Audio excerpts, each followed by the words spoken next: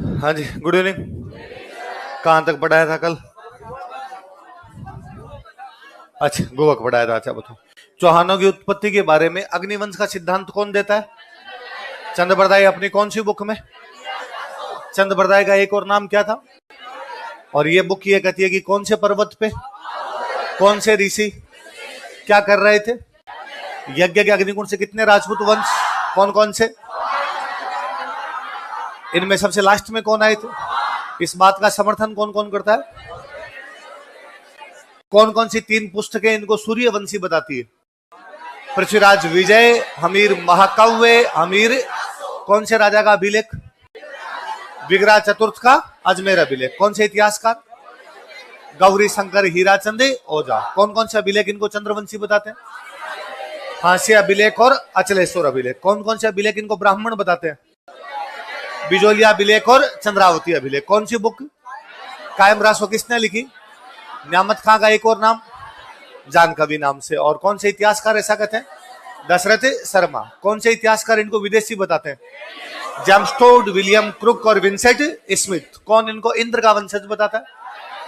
रायपाल का चेवाड़ी अभिलेख। इनका उत्पत्ति स्थल कौन सा था? सपाट लक्ष्य कौन सी झील के आसपास का क्षेत्र? इनकी राजधानी कौन सी थी, जिसे हम आजकल क्या कहते हैं? इनका संस्थापक कौन था? वासुदेव। कौन था? वासुदेव। उसने स्थापना कब की थी? 551 ईस्वी में। ऐसा कौन सी बुक बताती है? प्रबंध कोश किसने लिखी थी? उसने कौन सी झील बनवाई थी? ऐसा कौन सा अभिलेख कहता है? पहला स्वतंत्र चौहान राजा कौन था? तो पहले ये किसके अधीन हुआ करते?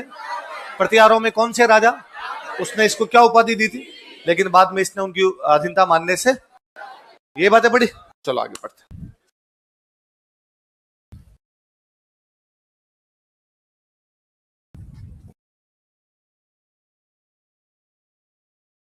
अगला राजा लिखो चंदन राज।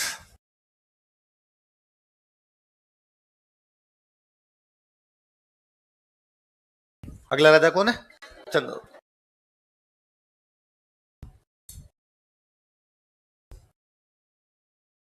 चंदन राज की बात नहीं करेंगे अपने। चंदन राज की एक रानी थी, रानी का नाम था आत्मप्रभा।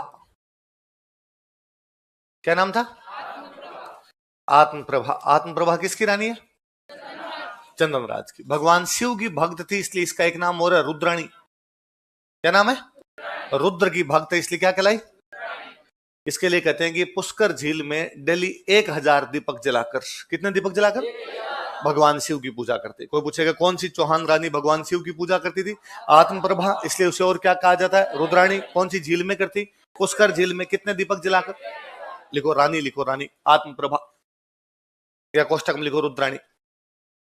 क्वीन बराबर नाम लिख लो आत्मप्रभा।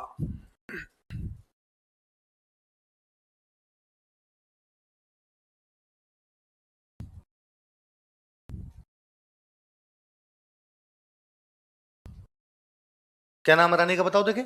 आत्मप्रभा। या स्टार लगाना, थोड़े दिन पहले किसी एग्जाम में क्वेश्चन था ये। आत्मप्रभा रुद्राणी का नाम ही पूछ रखा था, या चौहानों की कोई रानी ऐसा कुछ पूछ रखा था? लिखो। यह पुष्कर झील में 1000 दीपक जलाकर भगवान शिव की पूजा करती थी। She used to worship Lord Shiva in Lake Pushkar by lighting 1000 lamps. यह पुष्कर झील में 1000 दीपक जलाकर भगवान शिव की पूजा करती थी। She used to worship Lord Shiva by lighting 1000 lamps in Lake Pushkar. यह पुष्कर झील में 1000 दीपक जलाकर भगवान शिव की पूजा करती थी। She used to worship Lord Shiva by lighting 1000 lamps in Lake Pushkar. Pushkar झील में 1000 दीपक जलाकर भगवान शिव की पूजा करती थी। कौन सी रानी? आत्मा। उस टाइम की शिल्पा शेट्टी थी, योगा करती थी। योगा क्या करती? लिखो। यह यौगिक क्रिया में निपुण महिला थी, lady Ramdev. She was an expert in yoga practice.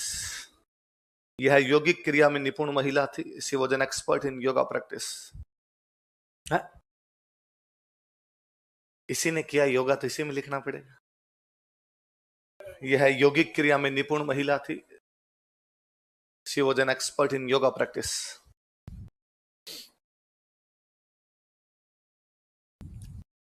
ठीक है, तो आत्म प्रभा की दो बातें याद रहेगी। एक तो कौन सी झील में पूजा करते? पुष्कर झील में। कौन से भगवान जी की? कितने दीपक जलाकर? और कौन सी क्रिया में निपुण थी? है ना। और एक बात पर ध्यान देना, हम सांभर के चौहान पढ़ रहे हैं। कहां के चौहान पढ़ रहे हैं?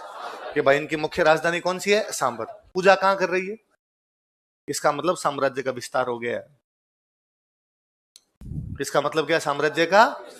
भाई सांबर से दिल्ली पुष्कर आगे तो पूजा करने से रही। यह तो है नहीं कि सुबह सांबर से रवाना हुई, शाम को पुष्कर पहुंची, पूजा की, रात रात वापस गई, सुबह का वापस चलो पुष्कर। इसका मतलब है साम्राज्य का विस्तार हो गया। अब ये लोग पुष्कर के आसपास कहीं पर है, इसलिए दिल्ली पुष्कर झील में क्या कर लेती है। तो कई बार बातों के अर्थ दूसरे होते हैं। यहां पर केवल अर्थ इतना नहीं है कि पुष्कर झील में पूजा करती है, कौन से भगवान की पूजा करती है। इससे ज्यादा यह है कि उनकी राजधानी सांभर है, पूजा पुष्कर में कर रहे हैं। इसका मतलब साम्राज्य का विस्तार है, और ये रानी पुष्कर के आसपास रहती है तो वहां पर पूजा भी कर रही है। इसका मतलब साम्राज्य का विस्तार कहां तक हो गया होगा? पुष्कर के आसपास तक हो गया होगा, तभी ये सब चीजें हो पा रही। अगला राजा लिखो, वाकपति राज्य।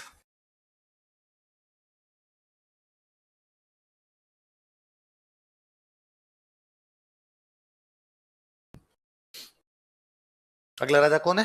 वाकपति राजा। कहते हैं कि इसने 108 युद्ध जीते थे। कितने युद्ध जीते?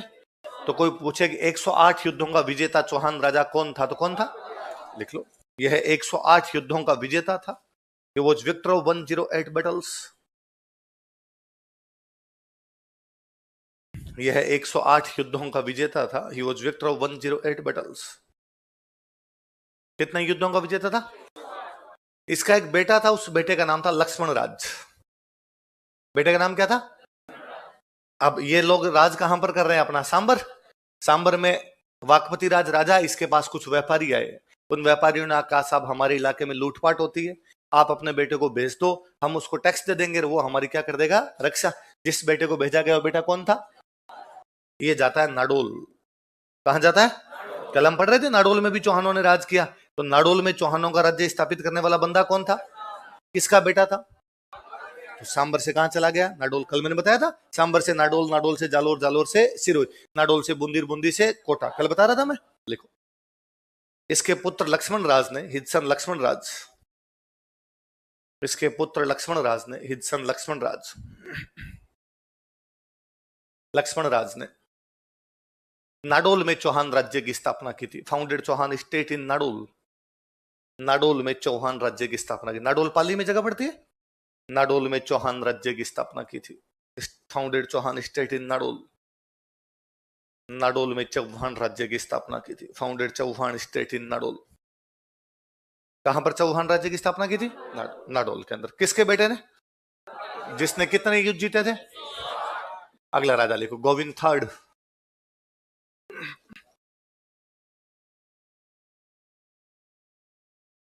अगला राजा कौन है? गोविंद थर्ड। अब इतना दिमाग मत लगाना सर, फर्स्ट सेकंड तो पढ़े ही नहीं, है ना। हम डायरेक्ट थर्ड क्यों पढ़े?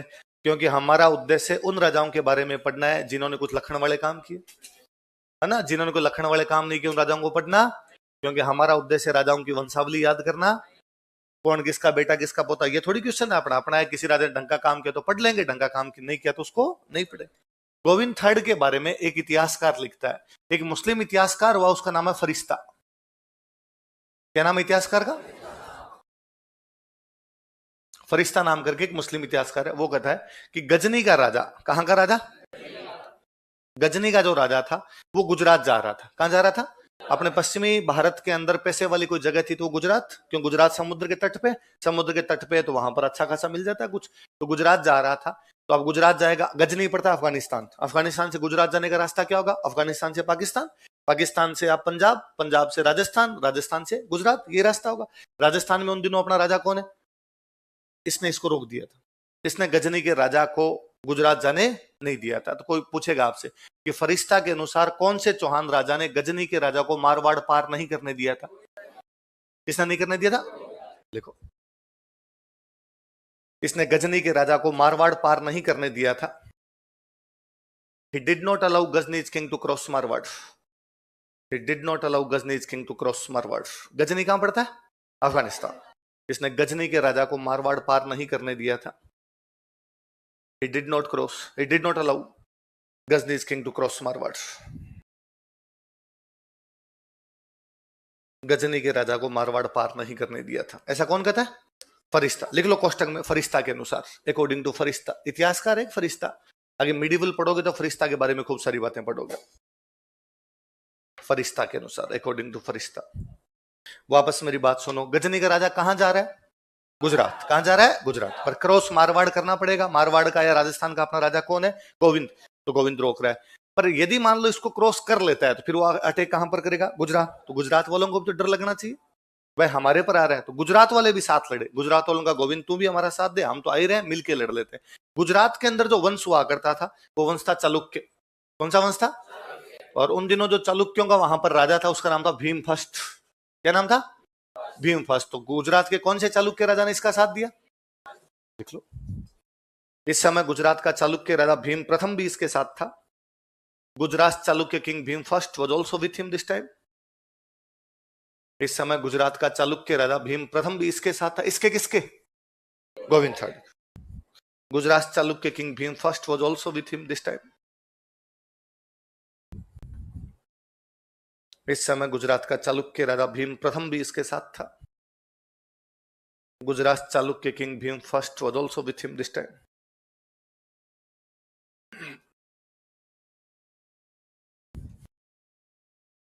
उपाधि लिखो, टाइटल लिखो।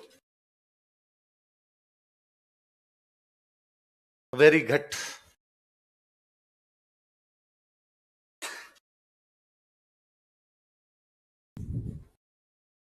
टाइटल, उपाधि।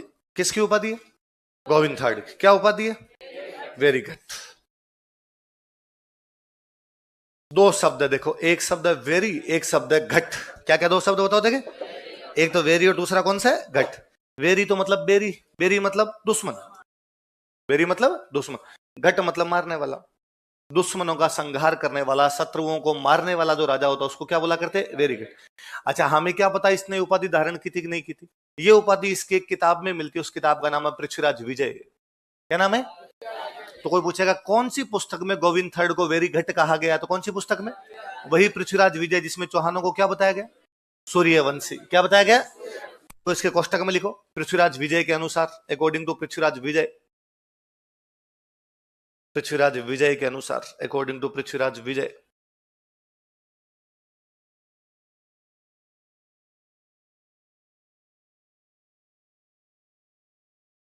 पृथ्वीराज विजय के अनुसार, अकॉर्डिंग टू पृथ्वीराज विजय। अगला लिखो राजा, दुर्लभ राज थर्ड।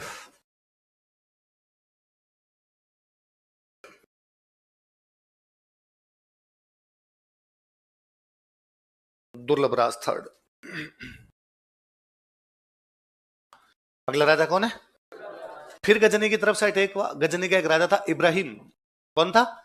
वो अटैक करता है, ये उसके खिलाफ लड़ता है, उस युद्ध में लड़ता हुआ मारा जाता है। इब्राहिम को भी ज्यादा कोई फायदा नहीं हुआ, वो भी युद्ध से वापस यहां से चला गया। पर कोई पूछेगा कौन सा चौहान राजा इब्राहिम के खिलाफ लड़ता हुआ मारा गया था? तो कौन था?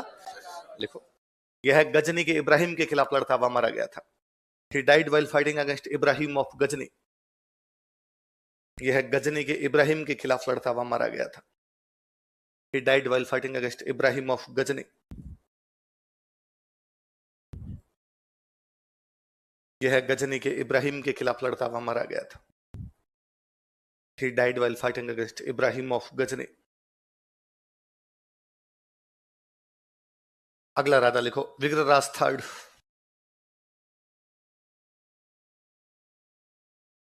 विग्रराज थर्ड।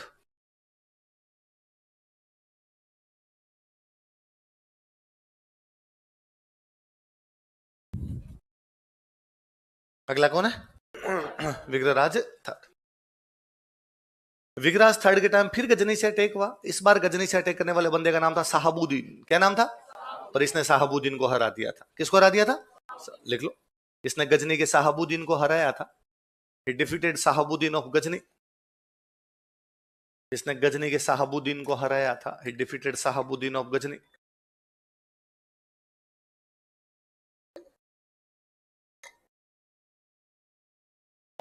गजनी कहां पड़ता है? अफगानिस्तान। उन दिनों मुसलमानों का अपने नजदीक सबसे बड़ा कोई अड्डा था, तो अड्डा कौन सा था? गजनी। तो गजनी वाले लगातार भारत पर अटैक कर रहे थे। भारत का ये अपने वाला पश्चिमी हिस्से को उन दिनों चौहान संभाल रहे थे, तो कौन लड़ेंगे उनसे? चौहान लड़ेंगे, तो चौहानों में लड़ रहे हैं। अगला राजा लिखो, पृथ्वीराज फर्स्ट।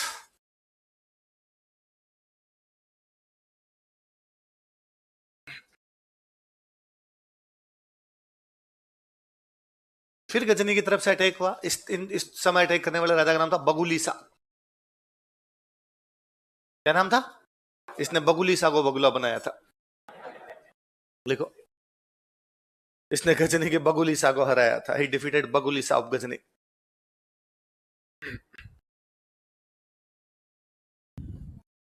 इसने गजनी के बगुलीसा को हराया था। ही डिफीटेड बगुलीसा ऑफ गजनी।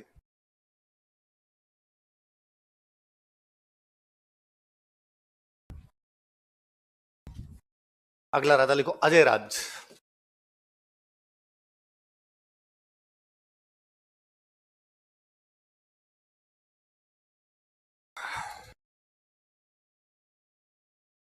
अजय राज।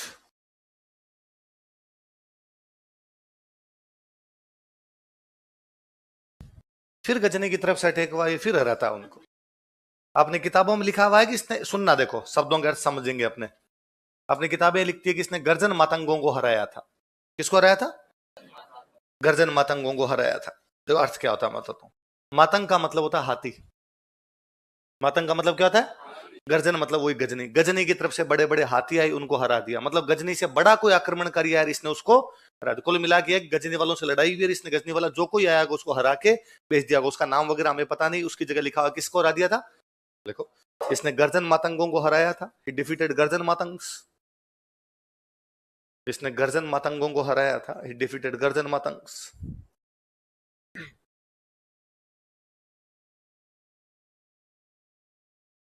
इसने गर्जन मातंगों को हराया था। ही डिफीटेड गर्जन मातंग्स।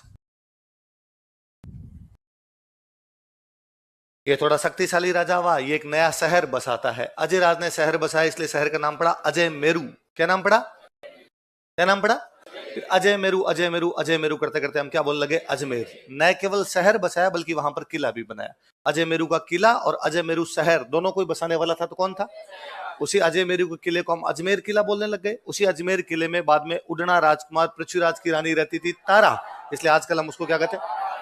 भले बढ़ गई बात। देखो, 1113 ईस्वी में, इन 1113 एडी, 1113 ईस्वी में, इन 1113 एडी, इसने अजमेर की स्थापना की। ही फाउंडेड अजमेर। इसने अजमेर की स्थापना की। ही फाउंडेड अजमेर। इसने अजमेर की स्थापना की। ही फाउंडेड अजमेर। तथा यहां पर किले का निर्माण करवाया। And built A fort here. तथा यहां पर किले का निर्माण करवाया। And built A fort here. तथा यहां पर किले का निर्माण करवाया। And built A fort here. तो अजमेर की स्थापना कब की गई? 1113। कब की गई?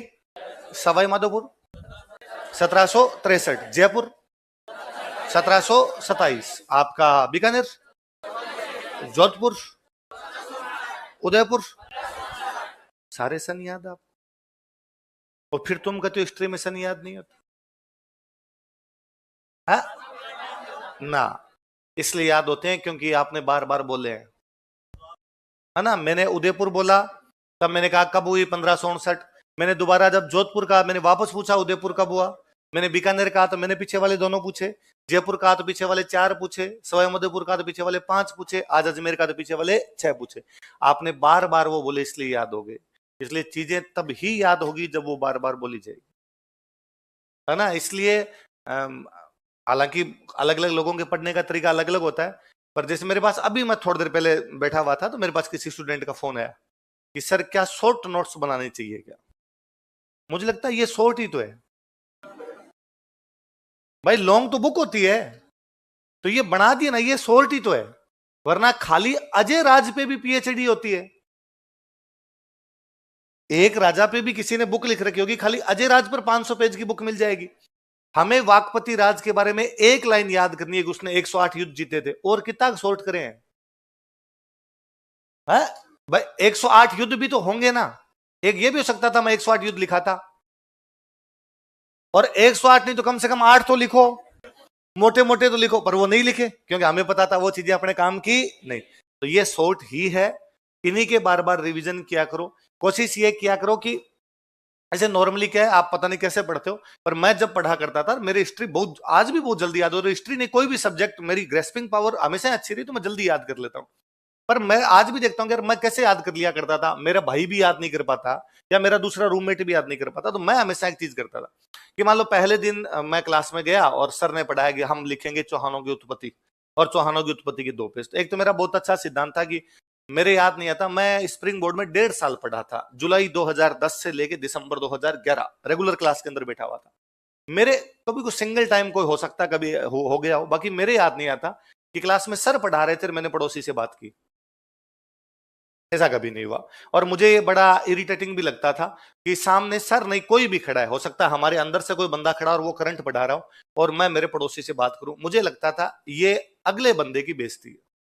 जो कोई आपके सामने खड़ा है, इससे अच्छा मुझे लगता है कि मुझे बात करनी है, मैं क्लास से बाहर रहना पसंद करता कि मैं 2 घंटे क्लास से बाहर रह जाऊंगा, जो मुझे काम करना 2 घंटे बाहर बंक मार के कर लूंगा, लेकिन कम से कम क्लास में बैठने के बाद तो मैं किसी से कोई भी बातचीत नहीं करूंगा। तो मेरी कोशिश ये रहती थी यार क्लास में सर ने जो पढ़ाया ना, इसका भले ही 5% याद हो, भले ही 10% याद हो, मैं क्लास में याद करके जाऊंगा कि मैं क्लास से जब बाहर निकलूंगा तो, और नहीं तो इतना तो पक्का याद होगा, ये मैं घर पे जाके नहीं पढ़ूंगा अजमेर 1113 में बसा था।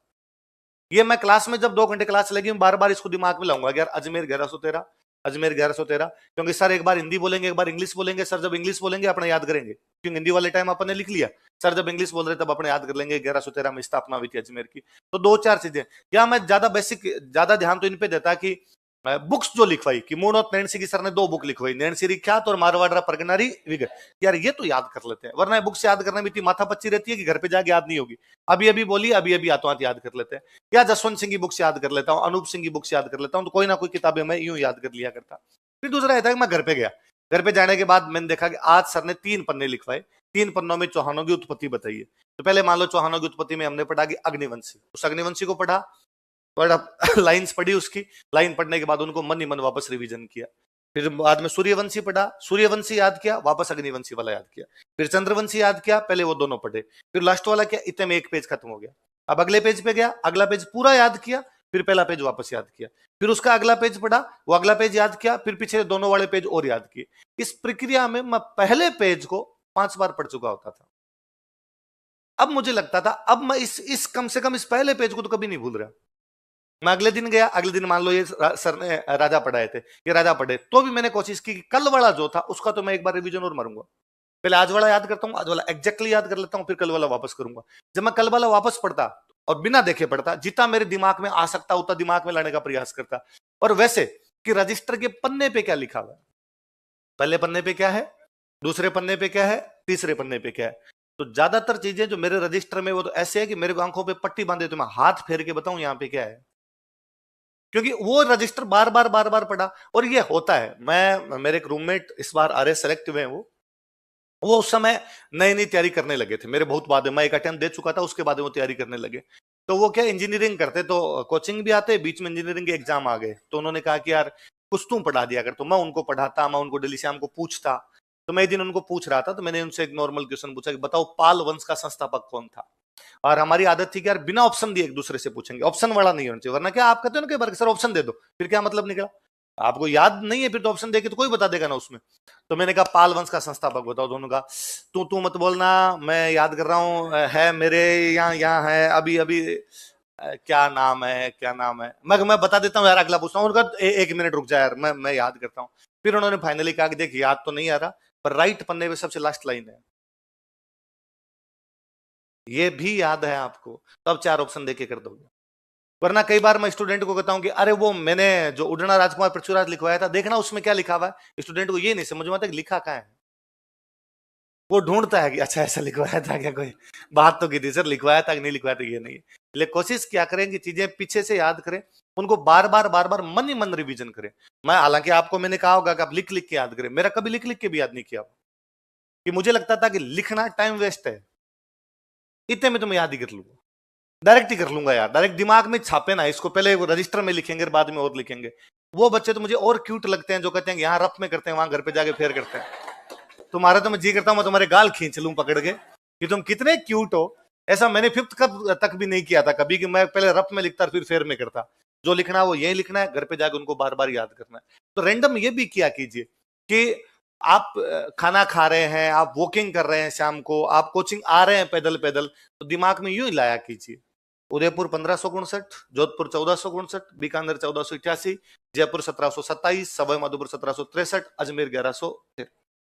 धीरे धीरे धीरे धीरे दिमाग में छपेंगे, ऐसे छपेंगे कि जब कभी आप किसी गाड़ी के नंबर देखोगे 1113, आपको लगेगा अजमेर की स्थापना है। इसको तो देखो कहते हैं याद करना, बाकी धूल में लठ मारना, है ना। बाकी फिर जनता कहती है कि सर, हाँ पानी पिएगा, पानी पी लो। माइक ने बिना माइक के बोल, इतनी सी क्लास है, इसमें माइक है, आ जाएगी। अरे तू बोल तो सही, अरे बाकी शांत रहो। हाँ, डेली रोजाना याद करता है। हाँ,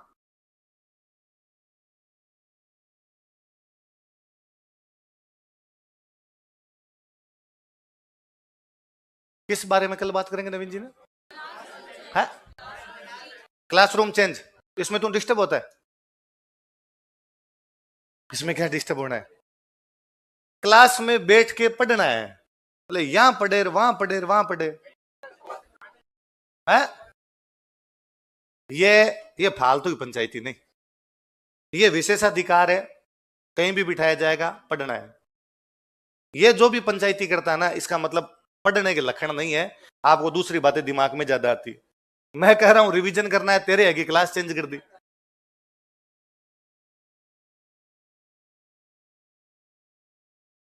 कह दिया, तब कहा था गंगा जमुना, अब कहा यहां, कल कहेंगे वहां, परसों कहेंगे वहां, अब खत्म खेल बस। इसमें विशेषाधिकार है कोचिंग के सारे। हाँ, रूम वाले तो बस आती है, आजकल तो इतनी बसें चलती है, आपको बताया हुआ, वहां पे आइए, वहां से बस में चले जाइए। ये है ना, मन को भरमाने के तरीके हैं कि अपने खुद को राजी रखना चाहते हैं। ये वो मैं हमेशा कहता हूं कि मैं कई बार रूम चेंज करता, तो कोई साथ वाला आगे पूछता कि पढ़ाई कैसे चल रही है, मगर यार एक बार एडजस्ट हो रहा हूं। अब मैं कई बार सोचता हूं यार, पहले भी अपने पास एक कमरा था, फिर भी अपने पास एक कमरा था, तो एडजस्ट क्या करना था। इधर भी अपने पास एक टेबल और एक वो तार वाली कुर्सी थी, जिसके कुछ तार बीच में से टूटे हुए थे, वहां भी अपने पास सेम टेबल और तार वाली कुर्सी थी, तो क्या करना था। ये तो अपनी पंचायतियां हैं कि यहाँ पर पढ़ाई होती है, यहाँ पर पढ़ाई नहीं होती, इस रूम में होती है, उस रूम में नहीं होती, इस क्लासरूम में होती है, उस क्लासरूम में नहीं होती। पढ़ने वाला तो कहीं भी बैठ के पढ़े, कैसे भी पढ़े। यहाँ आप तो ये बता दो कि यहाँ 1 से 7 बजे के बीच में जब क्लास चल रही होती है, उसमें कोई डिस्टर्बेंस थोड़ी होता है। आपको उसमें आके नवीन जी नाच देते हैं बीच में, और नवीन जी कहते हैं पहले मेरा डांस देखो, बाद में ही पढ़ पाओगे। और आपको जो सर फिर हमारा ध्यान डांस में चला जाता है सर, फिर हम कतई नहीं पढ़ पाते हैं। ये स्टूडेंट लाइफ है यार, इसके अंदर इतने से संघर्ष नहीं किए जाए फिर क्या है कि अपने को ये लगता है कि सर इतना आना और उतना आने में हमें फर्क पड़ता है। ये तो बहुत अलग सी बात है यार, ये तो फर्क पड़ना ही नहीं चाहिए इस प्रकार। चलो क्या लिखा लास्ट में? हाँ, तो मेरे कहने का मतलब होता है कि बार बार पीछे वाले रिवीजन करोगे तब तो चीजें याद होगी, रिवीजन नहीं करोगे तो चीजें याद। रिवीजन किया इसलिए सन भी याद है, वो सन भी याद है जो मैंने आपको 1 महीने पहले बताया था, है ना। वरना स्टूडेंट मेरे से आके कहता है कि सर वो सन छोड़ दें क्या, सर ये हिस्ट्री में इतने सारे लिखवा रखे थे, छोड़ दे क्या। मुझे लगता है मैं इसको कह दूंगा याद करता भी, एक याद नहीं हो रहा, मैं छोड़ दे। पर मैं यदि स्टूडेंट होता आपकी जगह नहीं छोड़ता।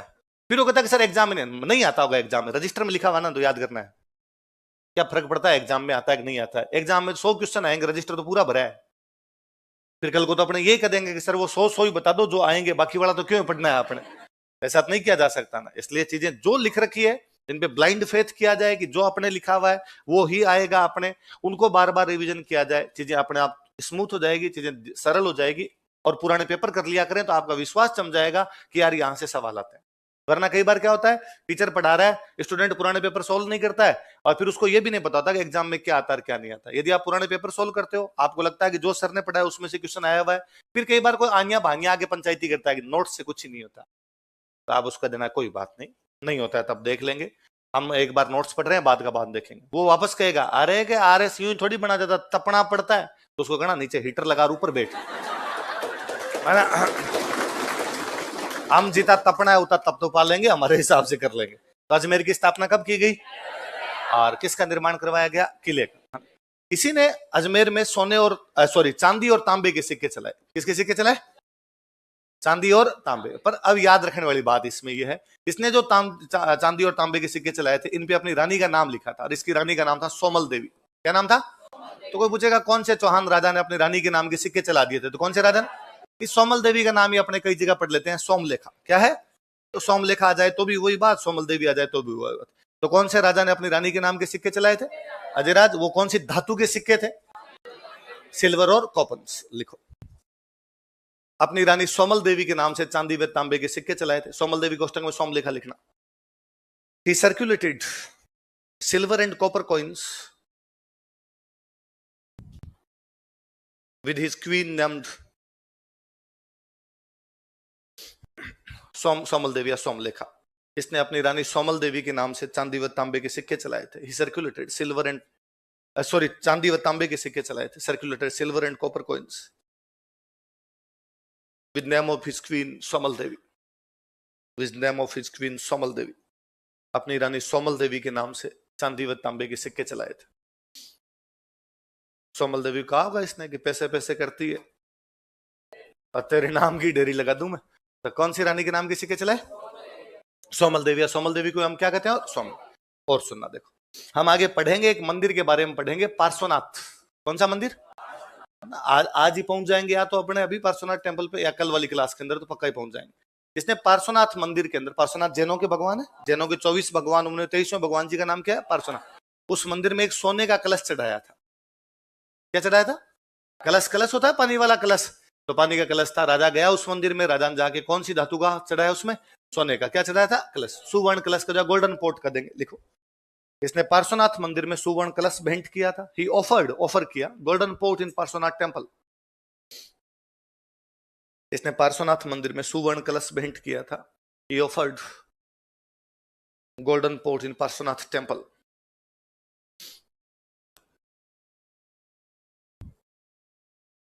पार्श्वनाथ मंदिर में सुवर्ण कलश भेंट किया था। He offered golden pot in Parshvanath temple. Parshvanath मंदिर में क्या भेंट किया था? सुवर्ण कलश। अब और सुनना, देखो अगली बात ज्यादा समझदार बात है। जैनों में दो प्रकार की विचारधाराएं हैं, एक होते हैं दिगंबर जैन, एक होते हैं श्वेतांबर जैन। कौन कौन? दिगंबर और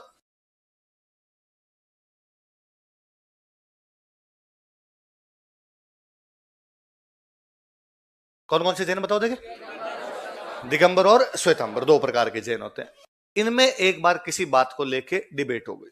दिगंबरों ने कहा हमारी बात सही, श्वेतांबरों ने कहा हमारी।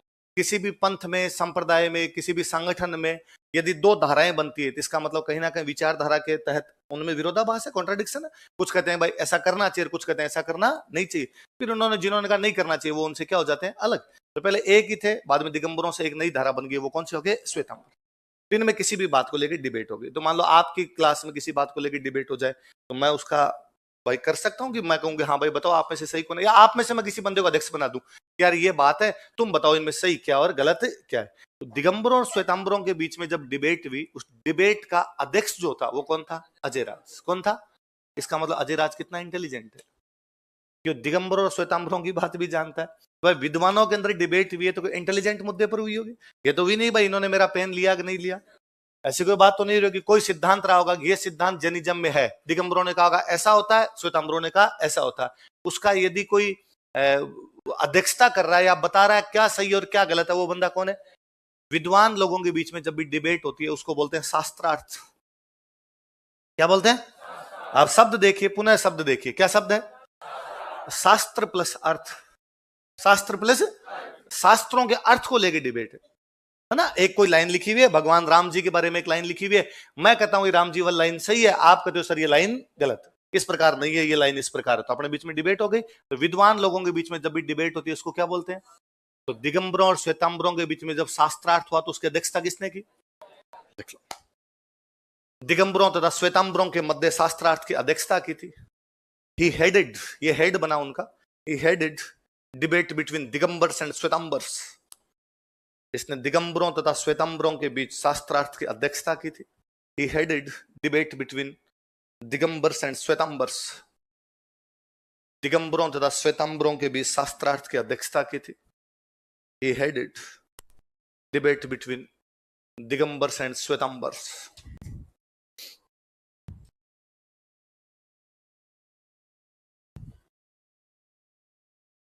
दिगंबरों तथा श्वेतांबरों के बीच शास्त्रार्थ की क्या की थी? अध्यक्षता की थी. तो विद्वानों के बीच जब भी कोई डिबेट होती है उसको क्या बोलते हैं? क्या बोलते हैं? मूर्खों में होती तब कहते हैं बहस. क्या कहते हैं? भाई कोई यूं अपने दोस्त ही कोई लड़ रहे हैं, बहस मत करो रे. अपने कभी ये थोड़ी कहा कि शास्त्रार्थ मत कीजिए, नहीं कहते ना. तो विद्वानों के बीच होती है तब तो क्या होता है? शास्त्रार्थ. मूर्खों के बीच हो तो इसलिए संसद में क्या होती है? कभी सुना आपने कि संसद में शास्त्रार्थ किया गया? मतलब अखबार में आता है संसद में बहस हुई, बजट पर क्या की गई? बहस. क्योंकि चिल्लम पो करते हैं, एक दूसरे की बातें सुनते. शास्त्रार्थ का मतलब है मैं मेरी बात रखता हूं, मैं चुप होता हूं, फिर अगला अपनी बात रखता है, फिर वो चुप होता है, फिर मैं मेरे तर्क देता हूं, वो अपने लॉजिक देता है, फाइनली एक बंदा कहता है ये सही है और ये तो बात हुई. वो तथ्यों के साथ में देता हूं, मैं जो भी उसके अंदर बातें हैं वो सारी की सारी बताता हूं. यूं ही आप हा हू कर रहे हो तब अपने उसको क्या कहते हैं? क्या कर रहे हो? क्लास में भी कोई दो लड़ने लग जाओ, अच्छी कोई डिबेट चलती हो तो अपने यूं सुनने का मजा आता है ना. दिलीप सर आगे पॉलिटी पढ़ाने आएंगे तो आपसे कई चीजों पे डिबेट करवाएंगे कि क्या देश में राष्ट्रपति का राज होना चाहिए या प्रधानमंत्री का राज होना चाहिए. तो आप आगे लिख के लाओगे. दिलीप सर आपसे खूब सारी 10-15 डिबेट करवाएंगे तो आपको मौका देंगे कि आप घर से लिख के लाना कि क्या देश में अध्यक्षीय शासन प्रणाली होनी चाहिए या क्या देश में संसदीय शासन प्रणाली होनी चाहिए. जैसे अमेरिका में कि वहां का हेड कौन होता है? राष्ट्रपति. जैसे अपने अपने यहाँ पे हेड कौन होता है? प्रधानमंत्री. क्योंकि अपने ब्रिटेन से प्रणाली ली थी. पर ये सवाल बन सकता ना क्या हम अमेरिका की तरफ चले जाए? जैसे वहां अमेरिका में राष्ट्रपति का चुनाव डायरेक्ट ही होता है, जनता सीधा अपने प्रधानमंत्री का चुनाव डायरेक्ट ही नहीं, अपने एमपी को डालते हैं, एमपी के अंदर से क्या बनता है? प्रधानमंत्री. अपने एमएलए को डालते हैं, एमएलए के अंदर से क्या बनते हैं? मुख्यमंत्री. ऐसा ही होता है. वहां वाला भी अपनाया जा सकता है. तो उस पर फिर आपको बांटेंगे भाई इधर वाले राष्ट्रपति के पक्ष में, इधर वाले प्रधानमंत्री के पक्ष में. तो बच्चे खूब अच्छा लिख के लाते हैं. अब पूरी क्लास का सुनने का जी करता है. कई बार आप लड़ लेते हो तब सुनने का जी क्या करे? चुपचाप या तो क्लास से बाहर निकालना पड़ता है क्योंकि तब आप शास्त्रार्थ नहीं कर रहे होते. क्या कर रहे होते हो? इसलिए मुझे संसद वाला कभी नहीं समझ में आया कि संसद में हमेशा क्या करते रहते हैं वो. इसलिए बाहर में भी आता है कल होगी संसद में, मतलब लिखते हो रहे भाई यार प्लीज ऐसा मत करो यार, है ना. और अब तो क्या हुआ संसद में कल तो दो चार कूद गए, है ना. पता नहीं कहां से आए वो कूद और गए. पर भाई साहब नागौर वाले हनुमान जी क्या फैमिली डुक मारे. फैमिली डुक समझते हो आप? शहर वाले बच्चे फैमिली डुक नहीं समझते हैं. डुक समझते हो? डुक ऐसे करके यूं मारते हैं, इसको क्या कहते हैं? डुक. पर जब एक अंगुली को यूं आगे निकाल के मारते हैं इसको बोलते हैं फैमिली डुक. क्या बोलते हैं? आप सोचो कि सर ये एग्जाम में थोड़ी आएगा, एग्जाम का क्वेश्चन है क्या फैमिली डुक कैसे मारा जाता है. पर फिर भी भाई परसों यूं देख के जीव सोरा हो गया था क्या यूं साइड में लेके उनके. चलो तो दिगंबरों और श्वेतांबरों के बीच शास्त्रार्थ की अध्यक्षता किसने की थी? तो इसका मतलब अजयराज इंटेलिजेंट है, वो जैनिज्म के बारे में जानता है, वो दिगंबरों श्वेतांबरों की विचारधाराओं के बारे में जानता है. तो उसने अध्यक्षता की और उसने फाइनल अपना बताया होगा भाई दिगंबर सही है इस बात में या श्वेतांबर सही. इंटेलिजेंट बंदा था. जब बुढ़ापा आया तो लास्ट में अपने बेटे को राजा बना देता है. इसके बेटे का नाम था अरुणोराज. क्या नाम था? अरुणोराज को राजा बनाया और खुद बन गया सन्यासी. क्या बन गया था? तो वो पूछेगा कौन सा चौहान राजा अपने बुढ़ापे में अपने बेटे को राजा बनाकर सन्यासी बन गया था? बेटा कौन था? अपने अंतिम दिनों में इन हिज लास्ट डेज, अपने अंतिम दिनों में इन हिज लास्ट डेज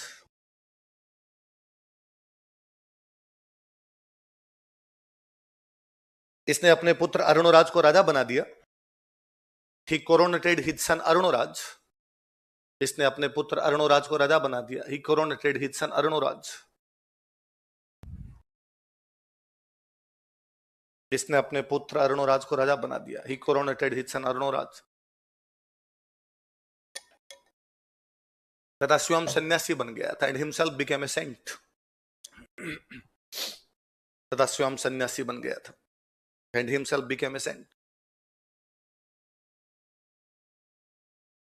ये भी इंटेलिजेंस ही है जी. भारतीय संस्कृति या हमारे पूर्वजों ने कितना सोचा होगा इस बात पे कि उन्होंने माना कि एक व्यक्ति का जीवन 100 वर्ष का होता है. कितना होता है? अधिकतम जीता है तो कितना जीता है? 100 वर्ष. उन्होंने माना 100 वर्ष का होता है. तो माना कि यदि 100 वर्ष का होता है, ये मान रखा था कि 100 वर्ष का होता है. इसलिए आज भी गांव में किसी की डेथ होती है, भले वो 60 साल में, भले वो 70 में, भले वो 80 में, बोलते हैं 100 वर्ष पूरा कर गया. कितने वर्ष पूरे किए? डेथ होती है तब गांव में बड़े बुजुर्ग की जब भी डेथ होती है, मतलब फोन करके भी किसी को कहते हैं ना कि भाई हमारे वो फलान जी की डेथ हो गई, तो यूं यूं नहीं बोलते डेथ हो गई, यूं बोलते भाई 100 वर्ष पूरा कर गया, क्योंकि हमारा मानना था कि व्यक्ति का जीवन कितना होता है, तो व्यक्ति का जब अंत हो गया इसका मतलब कितने वर्ष पूरे हो गए, इसको 100 वर्ष। हमारे पूर्वजों ने कहा उस 100 वर्ष को 4 भागों में बांट दिया जाए। कितने भागों में? उसके जन्म से लेके 25 वर्ष तक का जो समय, उसको उन्होंने बोला ब्रह्मचर्य। क्या बोला? पढ़िए, 0 से 25 तक वाले में क्या कीजिए? पढ़ाई कीजिए। जीवन जितना हो सके कम सुविधाओं में जिए, जितना हो सके कम सुविधाओं के अंदर जिए। इसलिए कहा गया कि पढ़ना घर पे नहीं है, गुरुकुल में जाके। कहां जाके? जैसा कि आप रहते हैं हॉस्टल्स में, घर पे नहीं रहे आप, सेम प्रणाली का फॉलो कर रहे हैं। गुरुकुल में जब वो पढ़ा करते थे, आप भले राजा के बेटे हो, आप भले सेठ के बेटे हो, आप बड़े को साहूकार या मंत्री के बेटे हो, लेकिन सुबह सुबह उठ के डेली सबको भीख मांगनी पड़ेगी। क्या मांगनी पड़ेगी? आप गांव के अंदर जाएंगे और गांव में जाके आप बाकायदा अपनी वो झोली लेके जाएंगे, और झोली लेके भिक्षाम देही। अंदर जो महिला है वो उस समय कोई रसोई का काम कर रही है, उसने कहा 10 मिनट खड़ा रहे, थोड़ी देर बाद आके आटा दूंगी। आप चुपचाप खड़े हो, ये आपका पैशन है, ये धैर्य की परीक्षा है। आपने 10 मिनट बाद पुनः कहा कि माते भिक्षाम देही, हे माता मुझे भिक्षा प्रदान करो, उसने वापस कहा क्या है, दिख नहीं रहा काम कर रही हो। आप पुनः चुप रहे। इसका मतलब आप जल्दी अग्रेसिव। आपको छोटी उम्र से इस प्रकार की शिक्षा दी जाती थी ताकि आगे की जिंदगी में काम आए, आप में अग्रेशन ज्यादा नहीं हो, आप में धैर्य हो। जहां अग्रेशन होना चाहिए वहां पे हो, हर जगह अग्रेशन। महिलाओं से किस प्रकार का व्यवहार हो, लड़कियों से किस प्रकार का व्यवहार हो, बुजुर्गों से किस प्रकार का व्यवहार हो, ये सब चीजें आप उस 25 साल की एज में सीखते। जब आप 25 के हो जाते इसका मतलब पढ़ाई कंप्लीट हो गई। क्या कंप्लीट हो गई? अब कहते अब आप अगले आश्रम में जा सकते हो। अगला आश्रम था गृहस्थ। कौन सा था? इसका मतलब कमाओ।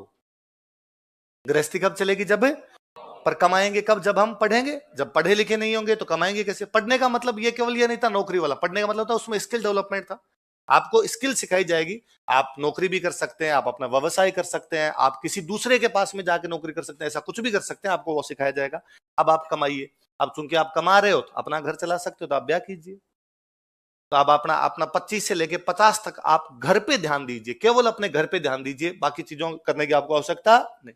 आप अब आपके बच्चे होंगे, उनको आप अच्छी शिक्षा दिलाइए। आपके परिवार में किसी को जरूरत है, उसके साथ में आप खड़े हो जाइए। अब आप 50 के हो गए। जब आप 50 के होते हो तो आपकी अगली पीढ़ी तैयार हो रही है, आपके जो बच्चे हैं उसी उम्र के आसपास पहुंच रहे हैं। इसलिए अब आप घर से ध्यान हटाइए। अब आप घर की तरफ ध्यान मत दीजिए, अब आप समाज की तरफ ध्यान दीजिए। किसकी तरफ? अब आप गांव की स्कूल में जाके छोटे बच्चों को पढ़ाइए। अब आप गांव में पौधारोपण कीजिए। अब गांव के अंदर आवारा गाय है तो गौशाला में जाके काम कीजिए। अब गांव के अंदर मंदिर टूट फूट गया तो वो ठीक कैसे करवा जाए उस पर ध्यान दीजिए। गांव में शाम को भजन आदि होते हैं तो उनके अंदर जाके बैठिए। अब परिवार की चिंता छोड़िए, समाज की चिंता कीजिए। हमारा वो आश्रम था वानप्रस्थ। कौन सा था? पहली बात, 75 तक होते होते आप मर जाएंगे। 75 के बाद आप जिंदा, पर यदि 75 के बाद भी आप जिंदा है तो आप संन्यास धारण कीजिए। अब आप समाज को भी छोड़िए, अब आप घूमिए। सन्यासी वह है जो भ्रमण करता है, जो लगातार एक जगह से दूसरी जगह जाता रहता है। सन्यासी वह है जो एक जगह पे 3 दिन तक लगातार रुकता नहीं है। यदि आप किसी एक जगह 3 दिन से अधिक रुक गए तो हो सकता है उस जगह से आपको प्यार हो जाए, उसका वातावरण अच्छा लगे, वहां के लोग अच्छे लग जाएं, तो आप में मोह माया आएगी। और जब मोह माया आ गई फिर किस बात के सन्यासी हो? आप निरंतर घूमिए। जब आप घूम रहे होंगे तो अलग अलग लोगों के बीच में जाएंगे। उन अलग अलग लोगों को भी पता है कि आप जिंदगी के 75 साल देख चुके हैं, इसलिए जिंदगी का बड़ा एक्सपीरियंस है, इसलिए लोग आपसे मिलने आएंगे। उनको बताइए कि आपने जीवन में क्या अच्छी बातें की, क्या बुरी बातें की, क्या कमियां रही, कहां गलतियां थी, उनको सुधारना कैसे। धीरे धीरे आप अपने जीवन का त्याग कर दीजिए। क्योंकि आप 50 के होने के बाद घर गृहस्थी अपने परिवार पर छोड़ देते हैं, समाज का काम करते हैं, तो घर भी राजी और समाज भी राजी। अब चीजें थोड़ी सी चेंज हुई है। आप ये कह सकते हो कि सर आप 25 तक एजुकेशन पूरी नहीं होती, अब एजुकेशन ये 30 तक चली गई, कि अपने नौकरी लगने की उम्र 30 तक आ गई या 30 तक हो गई। अब आप कहते हो सर 50 वर्ष के अंदर जाते जाते अब नहीं है, वो 60 हो गया, क्योंकि सरकार भी रिटायरमेंट कितने पे कर रही है, तो 60 तक तो घर का ध्यान रखना ही है। अब वो आगे वाला थोड़ा थोड़ा उधर बढ़ा लिया जाए, बाकी ये 30 और 60 वाला हो गया। मैं कहता हूं आज भी गांव के अंदर वे लोग जो ये 50, 55, 60 की उम्र आने के बाद अगली पीढ़ी को घर की चाबियां सौंप देते हैं, उनका तो बेटे भी ध्यान रखते हैं, चुपचाप बाहर बैठ जाते हैं। पापा उम्र के जो लोग हैं घर के बाहर जाके बैठ जाते हैं। वो आप उनसे सलाह लेते हैं तो वो आपको सलाह दे देते हैं, यदि आप सलाह नहीं लेते हो तो वो बीच में बोलते। और सलाह में भी ज्यादातर आप जाके पूछो ऐसा कर लें क्या, वो हाँ ही कहते हैं, वो ना नहीं कहते। वो बेहद समझदार है, वो जानते हैं कि ना भी कह दिया तो भी ये मानने वाला नहीं है, तो क्यों फालतू में अपने खोटा लगना, ये जैसा कर रहा है वैसा कर लेने दीजिए। उन लोगों का बुढ़ापा बेहद अच्छा गुजरता है, घर वाले बहुत ध्यान रखते हैं। कई डोकरे होते हैं जो 80 साल तक लठ लेके बीच में बैठे रहते हैं, उनका बुढ़ापा, मैंने गांव में खूब सारे ऐसे केस देखे, आसपास में केस देखे, घर वाले ही बात मानना बंद कर देते हैं। आप बाकी छोड़िए, घर वाले ही आपकी बात नहीं मान रहे होते हैं, आपकी खेत का बंटवारा आप नहीं कर सकते, उसमें भी दूसरे लोग पंचायती कर रहे होते हैं। हमारे पूर्वजों ने कितना सोच समझ के बनाया होगा कि ना इतने साल तक ये, इतने साल तक ये, बाद में दिया जाए। चाहे महिलाओं वाले में, वे महिलाएं जो भाई जैसे ही लगा उनको अब अगली पीढ़ी को सौंप देनी चाहिए सत्ता, अगली पीढ़ी को सत्ता सौंप देते हैं। उन सासुओं की कदर खूब ढंग की होती है। कई डोकरियां 80 साल तक चाबियां यहाँ लटका के घूमती रहती है, मतलब रसोई का घी भी किसी को नहीं लेने देती। तो उन डोकरियों के बाद में बुढ़ापा बुरा ही निकलता है भाई साहब। तो अजय राज इस मामले में इंटेलिजेंट है, जैसे ही वो बुजुर्ग हुआ उसने अपने बेटे को बना दिया राजा, और खुद क्या बन गया। आप बताएंगे समाज के अंदर क्या चल रहा है, तो उसमें क्या अच्छा हो सकता है, क्या बुरा हो सकता है, मैं घूम घूम के लोगों को बता दूंगा।